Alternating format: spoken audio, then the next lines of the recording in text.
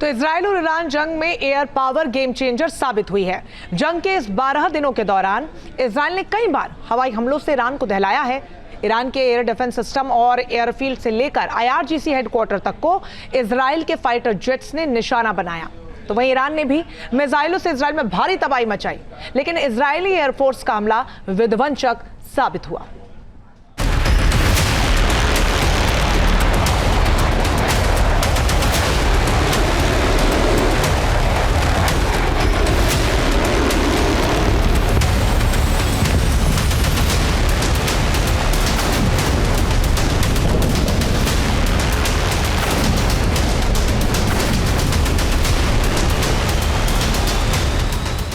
Israel के हमलों से ईरान को तगड़ा झटका।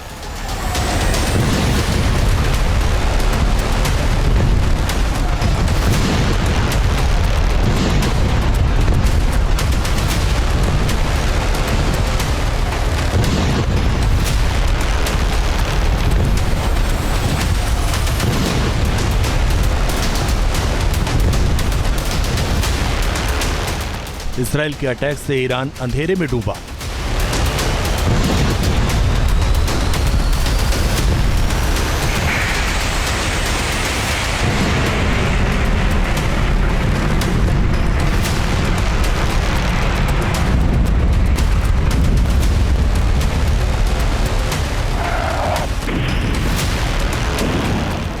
IRGC का हेडक्वार्टर, ईरानी सेना का कमांड सेंटर तबाह।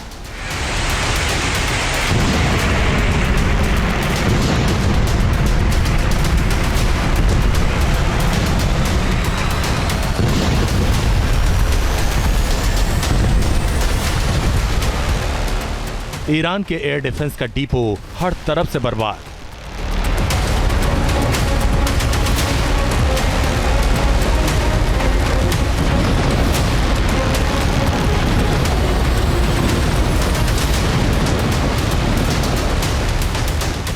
इस जंग में इजराइल दुनिया को बता रहा है कि एयर पावर किस तरह से जंग की दशा और दिशा बदल सकती। ईरान के पलटवार के लिए इजराइल के खिलाफ मिसाइलों का मुंह खोल दिया है। उसकी हर मिसाइल इजराइल के रणनीतिक ठिकानों को नेस्तनाबूद कर रही है।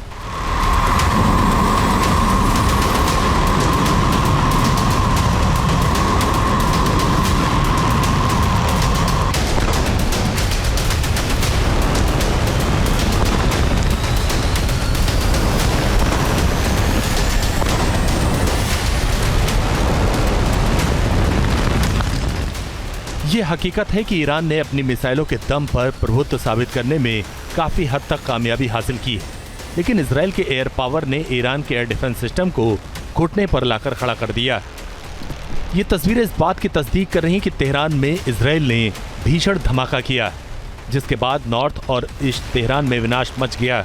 इस हवाई हमले में तेहरान के अंदर धुएं का गुबार उठा और ईरानी एयर डिफेंस सिस्टम की नाकामी का खुलासा हो गया।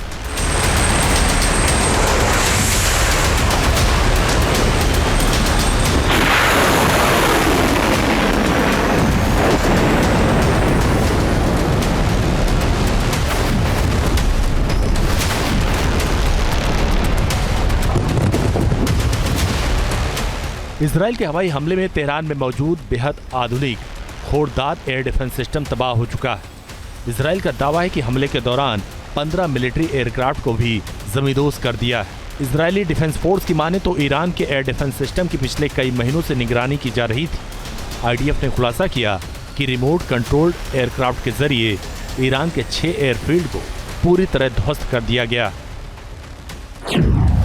इजराइल की ओर से एक मैप जारी किया गया, जिसके मुताबिक इजरायली एयरफोर्स ने 1500 किलोमीटर दूर ईरान के अंदरूनी इलाकों तक उड़ान भरकर राजधानी तेहरान के अलावा तबरीज, करमनशाह, इस्फहान और अहवाज को हमले की जद में लिया। तेहरान में IRGC के मुख्यालय और मिलिट्री संपत्तियों को भी बर्बाद कर दिया।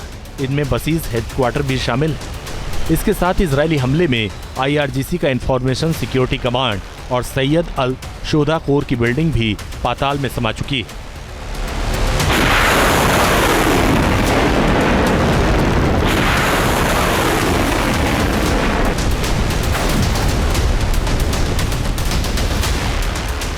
इजराइल ने ईरान के हवाई ठिकानों पर हमला किया और उसकी मिसाइलों को निशाने पर लिया।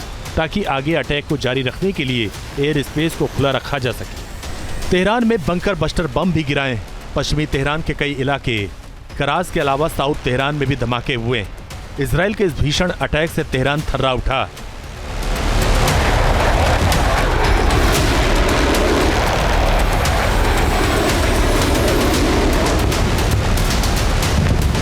बारह दिन के युद्ध में इजराइल की एयरफोर्स ने ईरान की एयरफोर्स को प्राय पूरी तरह से ध्वस्त कर दिया।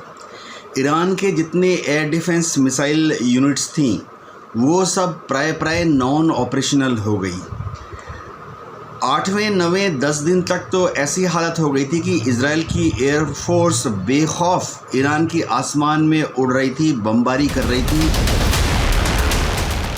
पश्चिमी, पूर्वी और मध्य ईरान में किए गए इन हमलों में रनवे, अंडरग्राउंड हैंगर, ईंधन भरने वाले विमान और F-14, F-5 और AH-1 हेलीकॉप्टर सहित युद्धक विमानों को इतिहास का हिस्सा बना दिया। IDF के मुताबिक नष्ट किए गए विमान ईरान के ऊपर उड़ान भरने वाले इजरायली जेट विमानों पर संभावित हमलों के लिए तैयार किए गए थे। हालांकि अमेरिका अभी भी ईरान पर हुए अपने हमलों के असर का विश्लेषण कर रहा है, लेकिन इजराइल ने हवाई हमलों के रास्ते ईरान को बख्शा नहीं है। सोमवार की रात लगभग 20 इजरायली विमानों ने पश्चिमी ईरान और तेहरान दोनों में सैन्य ठिकानों पर 30 से ज्यादा सटीक निर्देशित हथियारों का इस्तेमाल करके हमलों का एक नया दौर शुरू कर दिया। इनमें मिसाइल और सैटेलाइट के डिपो, लॉन्चिंग साइट के साथ ही रडार प्रतिष्ठान भी शामिल थे।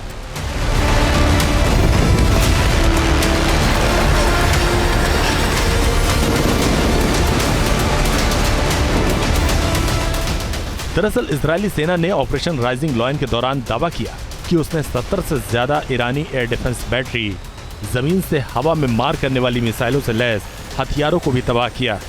मिलिट्री एक्सपर्ट कहते हैं कि आधुनिक हवाई अभियानों में दुश्मन के एयर डिफेंस सिस्टम को जमींदोज करना बेहद जरूरी माना जाता है।